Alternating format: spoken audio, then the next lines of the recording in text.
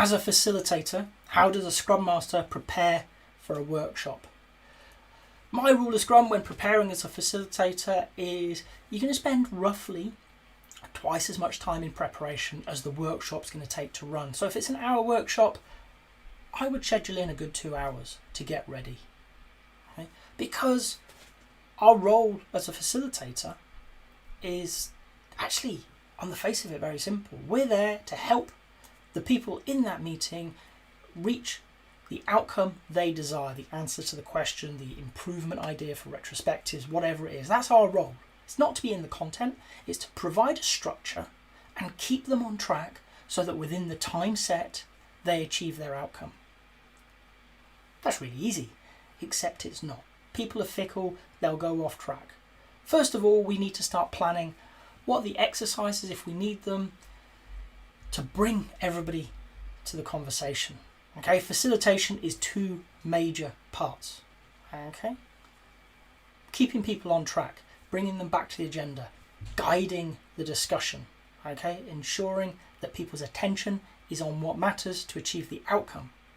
Okay, and encouraging discussions, finding ways to bring everybody's voice onto the table, to be heard, to be understood and considered equally. So it's not just booking a meeting. In fact, I don't really book meetings. I would rather have the team book it and I will come and facilitate. So we're going to be thinking about what the agenda is, what's a structure that works to achieve that goal, what are the exercises that we need to place into that structure so that we can work through a series so that they achieve the outcome they're looking for. When I talk about retrospectives, and in fact when I facilitate any meetings, I will invariably have 2 different structures in place. One agenda, we want to get here, we're going to follow roughly this pattern, but the exercises are likely doubled up. I want to sit down and think, how does this exercise flow into that? How do we take the outcome of that and place it into this one? And if that takes a bit longer, because not everything goes to plan, sometimes things are longer, sometimes they're shorter. Okay? If that takes a bit longer than I thought it would, is there a quicker exercise that I can take them into so that we still finish within the time allotted? Okay? So I'm thinking always during planning, during the preparation, about stuff going wrong. I'm not trying to foresee the future. I'm not trying to guess everything that can go wrong. But I know some exercises take longer than they thought. They open up conversations that are incredibly valuable and relevant to the topic. And therefore, as a facilitator, you're going to let them run. Because you know that, you can plan accordingly. You can have some shorter exercises ready, some discussion pieces, whatever it is, in your back pocket to already go. The beauty of the online world is with the murals and the Miros and the whiteboards and that all being online, okay, they can already be set up. You've not had to go around the room and prep 2 different exercises for everything with sticky tape and stuff like that. Okay?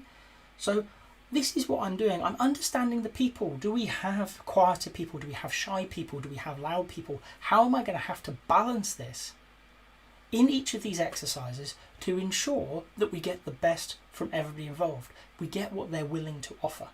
How do we draw the quieter people out? How do we quieten the louder people down as we go through it? Not only in the moment, a big part facilitation, but beforehand we can structure it in such a way that people who like to talk, nothing wrong with that, okay, have that opportunity. But the people who like quiet contemplation also have that opportunity. So we're understanding the team structure, the personalities that make that team up, and how to help them get the best out of their time together. Okay? This is why it takes a lot of time. Okay? Twice as long to prep for a meeting as to actually facilitate it, because we're thinking about a lot of things to set it up for such a thing that when we get in the room, we have a plan of attack. We know the plan's going to go wrong. We've got some fallback options.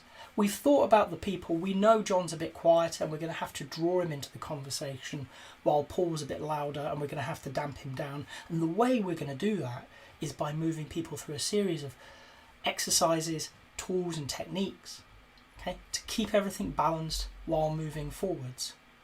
We can keep our focus on, are they having relevant conversations? Is everybody joining in? Are we going to come away as a meeting, as a team, with the outcome we're looking for within the time available.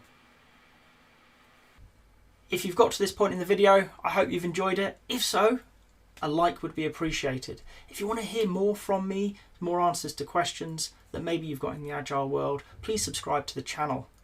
And if you've got a question that you really want answered, drop it in the comments. I promise we'll get around to it. Thank you.